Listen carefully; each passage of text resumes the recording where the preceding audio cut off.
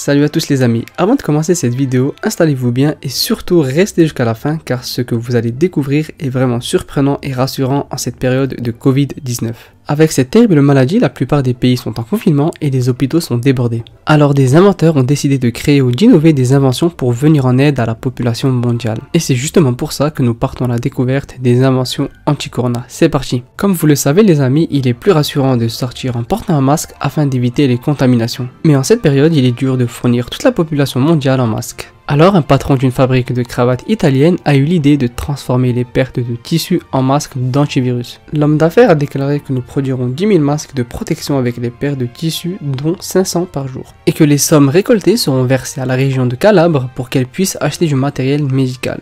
Pour la deuxième invention, restons en Italie mais du côté de Milan, certains hôpitaux sont en manque de valves de respirateurs et des petites startups spécialisées dans l'impression 3D ont décidé de s'associer afin de créer ces valves de respirateurs et ainsi fournir les hôpitaux qui en manquent. Ces valves ont la particularité de connecter les masques à oxygène aux respirateurs. Indispensables pour soigner les patients les plus sérieusement atteints par le Covid-19, ces respirateurs permettront aux patients d'être maintenus en vie. La troisième invention nous vient d'une société chilienne Cooper 3D spécialisée dans l'impression 3D. Elle a lancé un programme intitulé Hack the Pandemic en mettant en ligne un fichier au format STL open source qui détaille la fabrication des masques. Cet objet baptisé NanoHack par la société sud-américaine est destiné à tous, à chacun, mais surtout aux entreprises spécialisées susceptibles de produire cet objet en quantité suffisante afin d'approvisionner les établissements de santé qui manquent cruellement de masques. Si son impression paraît relativement facile, il faut savoir néanmoins que le produit doit être confectionné avec des matériaux bien particuliers, c'est-à-dire il ne contient pas de filtre. Il faudra donc récupérer un morceau de masque en propylène non tissé ou se munir d'un tampon de démaquillage en coton par exemple et les insérer dans la fente pour une meilleure protection.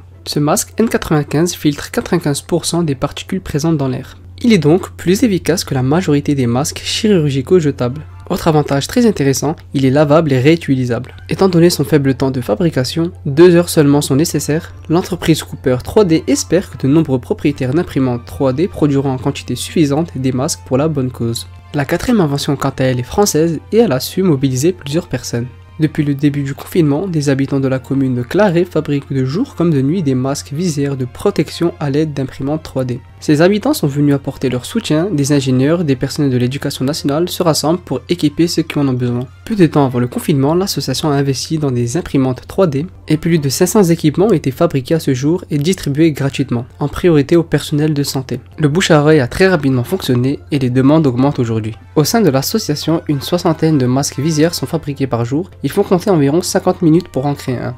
Bon les amis, passons à la cinquième invention que je trouve assez intéressante. Grâce à un brevet ouvert et une coopération internationale, Lazy Brett, le modèle vedette de Decathlon pour la plongée, a été transformé pour s'adapter aux respirateurs et venir combler le manque d'équipement dans les services de réanimation. Depuis le 21 mars, l'accessoire s'est imposé dans la lutte contre le coronavirus, servant à la fois de masque d'urgence pour les respirateurs hospitaliers et de protection pour le personnel. C'est une société italienne Isinova spécialisée dans la 3D qui la première est parvenue à le transformer en respirateur grâce à l'ajout d'une valve. Elle a aussitôt mis en ligne son brevet, tout comme Decathlon qui a rendu public les secrets de fabrication de son masque. Plus de 2 millions de personnes ont déjà téléchargé les plans permettant de modifier le tuba pour l'adapter au respirateur. En France, l'enseigne sportive a distribué 30 000 masques en 6 jours et près de 100 000 en Italie ainsi qu'en Espagne.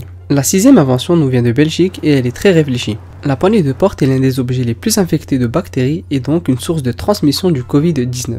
C'est la raison pour laquelle la société belge Immatérialisée spécialisée dans l'impression 3D a conçu et mis à disposition gratuitement le modèle d'une pièce permettant d'ouvrir et de fermer une porte non pas avec la main mais grâce à l'avant-bras. En réalisant ce projet, des conseillers en prévention des risques ont effectué une analyse détaillée de la propagation du coronavirus et les résultats trouvés ont été favorables. Ils ont constaté qu'en utilisant une poignée avec l'avant-bras couvert à la place des mains nues, cela évite considérablement de continuer à transmettre le Covid-19, ce qui permettra à la lutte contre l'épidémie. Passons à la dernière invention qui nous vient direct du Canada. Certaines personnes présentent une insuffisance respiratoire qui nécessite une ventilation mécanique pour faciliter la respiration. L'anesthésiste Alain Gauthier, qui est un doctorat en mécanique respiratoire et qui travaille à Perth à l'ouest d'Ottawa, a mis son savoir en pratique en mettant au point une amélioration au respirateur. Son invention consiste à mettre 2 tubes sur un ventilateur puis à doubler la puissance. En seulement 10 minutes, à l'aide de tubes supplémentaires, le Dr Gauthier a permis de doubler le nombre de patients ventilés à l'hôpital si cela devient nécessaire. Toutefois, il y a une chose à ne pas négliger, les 2 patients branchés au même ventilateur doivent être de taille et de capacité pulmonaire similaires. Et si l'état d'un patient décline, des ajustements devront être faits. L'objectif du Dr Gocci est d'éviter le genre de décisions éthiques difficiles auxquelles sont confrontés les médecins italiens, c'est-à-dire choisir les patients les plus critiques qui pourraient obtenir un ventilateur étant donné qu'il n'y en avait pas suffisamment. Ces efforts témoignent des actions des médecins à travers le monde pour préparer leurs hôpitaux et leur personnel au pire des scénarios. Bon les amis, c'est la fin de cette vidéo en espérant qu'elle vous a plu. Je vous invite à vous abonner et d'activer la petite cloche des notifications si ce n'est pas déjà fait, de liker la vidéo et de me laisser vos avis en commentaire. Sur ce, prenez soin de vous, restez confinés les amis et à bientôt.